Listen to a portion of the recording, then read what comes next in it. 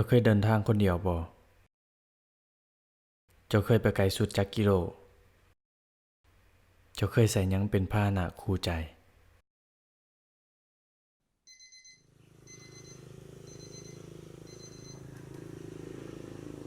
ข้อยเริ่มต้นมื้อใหม่อยู่เถียงนาน้อย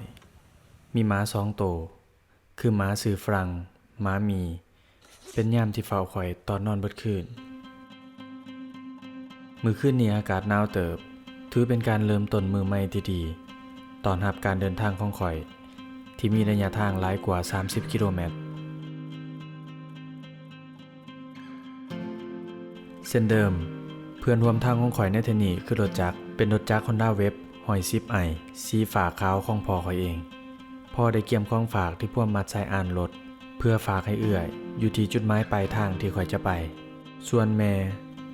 นั่งเคี่ยวหมากพร้อมจมพึมพำแสดงความเป็นห่วงเป็นใยย่านโทรศัพท์ข้อยตกจากธงส่ง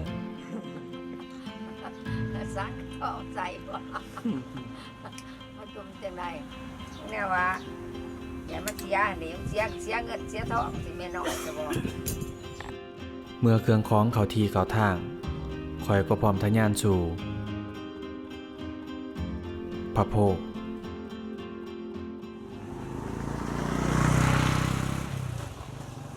การเดินทางในช่วงทำอิฐเริ่มจากฝั่งจำปาสักที่ข้อยต้องขี่รถไปแคมป์ของเพื่อข้ามฝากไปเมืองปทุมพรโดยมีบัคพร้อมให้บริการคือกับมือที่2ของข้อยที่ดอนแดง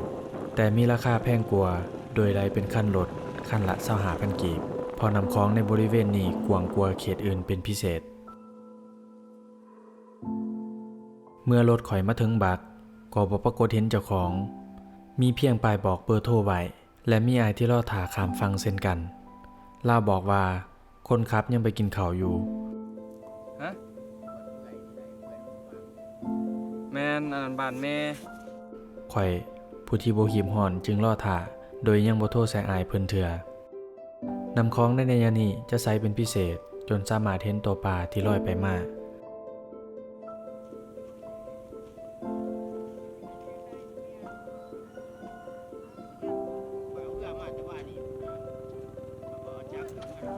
โพสเองแน่ฮัน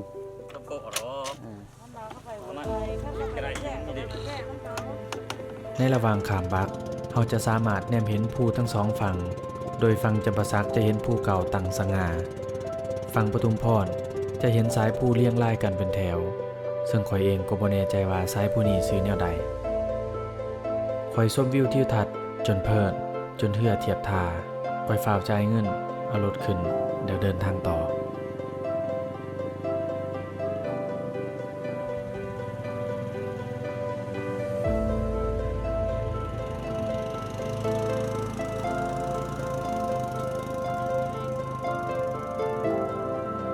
ในระหว่างทางเราพบเห็นประชาชนร่วมกลุ่มกำลังก้มหน้าก้มตาอยู่ตรงหน้านั่นแม่นเขาเจ้ากำลังนำหน้าแซงหรือหน้าในสวนฤดูแล้งนี้ซึ่งภาพนี้จะเห็นได้เฉพาะบ้านที่ติดกับแม่น้ำคลองที่มีสายน้ำชลประทานไปถึง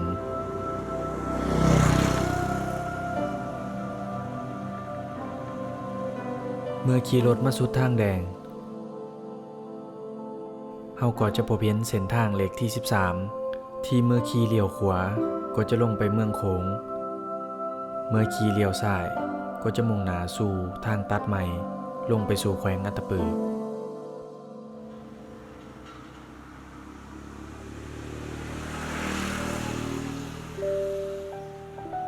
หลังจากขี่รถมาอีกประมาณ2 กว่ากิโลเมตรเราจะพบเห็นป้ายบอกชื่อบ้านหลัก48และป้าย4ทางไปแขวงอัตตปือนี่คือเส้นทางที่เราต้องมุ่งหน้าไปเส้นทางนี้ตามแผนที่เอิ้นว่าเส้นทางเลขที่18ว่ากันว่าเมื่อใส่เส้นทางนี้มาจากปากเซ่จะฮอดอัตตปือก่อน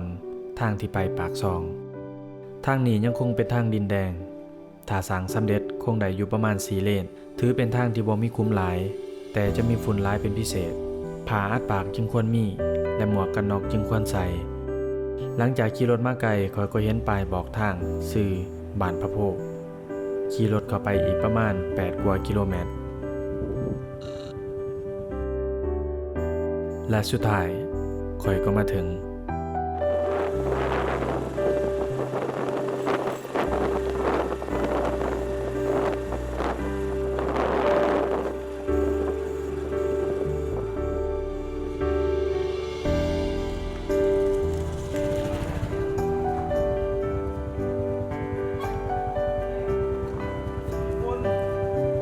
อาหารเพลนของข่อยในมื้อนี้คืออบไก่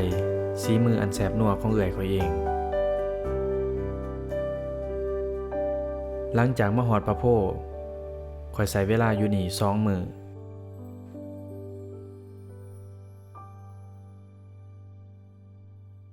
มื้อทำอิฐ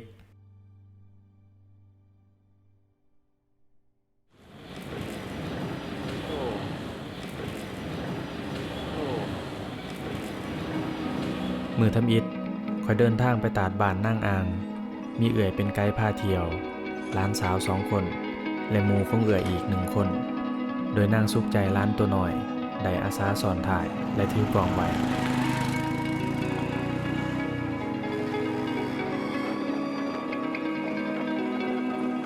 โดยมีระยะทางจากพระโพธิ์ประมาณ17 กว่ากิโลเมตรอยู่ที่นี่ก็ได้พบเห็นประชาชนซุ่มซ่นธรรมศาสตร์และได้ลงอาบน้ำเย็นๆสมใจโดยมีสาวหน่อยเจ้าถิ่น5 คนดินนำอยู่แล้ว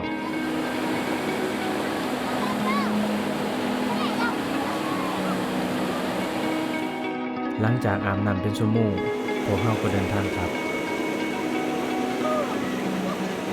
ยิ้มไวระหว่างทางคือภาพเด็กหน่อยกำลังบุฟ้าขี้ฝุ่นจากรถใหญ่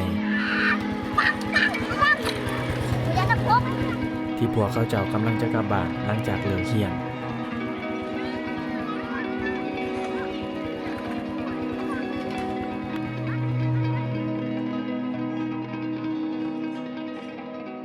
มื้อที่ 2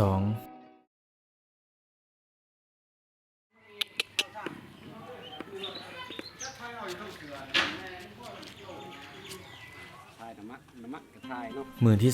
2ข่อยกับใหม่อีก4 คนกำลังพากันปีนผู้อยู่บ้านพระลาย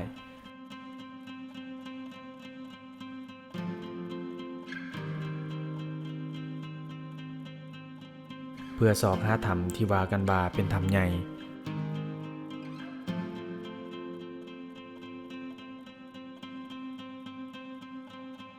เป็นถ้ำเมื่อเข้าเซิร์กเสือ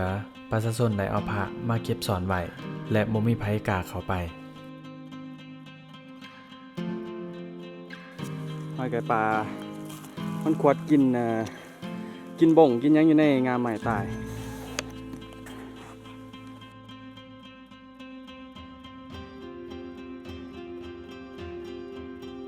พวกเขาใช้เวลาอยู่หลายชั่วโมงจากขึ้นผู้จนถึงตอนหาถ้ำ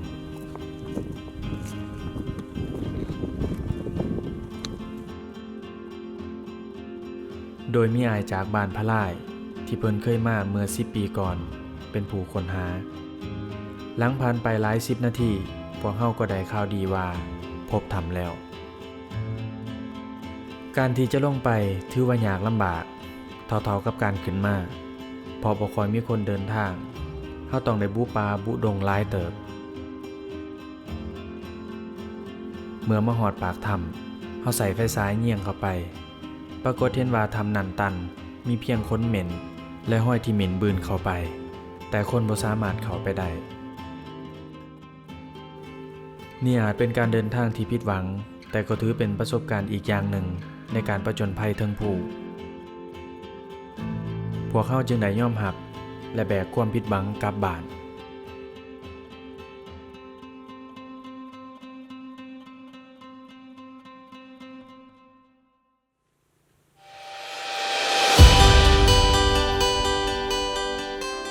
ตลอด2 มื้ออยู่พระโพธิ์ก็ได้ภาพงามๆแนวแลนด์สเคปหลายสมควรได้เห็นธรรมชาติเห็นความอุดมสมบูรณ์อยู่เขตนี้อย่างเต็มอิ่มนั่นจึงเป็นเหตุผลที่ข่อยได้สร้างวิดีโอนี้ขึ้นนี่ล่ะคือประสบการณ์และความงดงามของชีวิตที่ได้ออกไปสัมผัสสิ่งใหม่ๆได้ลองเดินทางคนเดียวลองขี่รถจักรหลายกว่า10 กิโลเมตร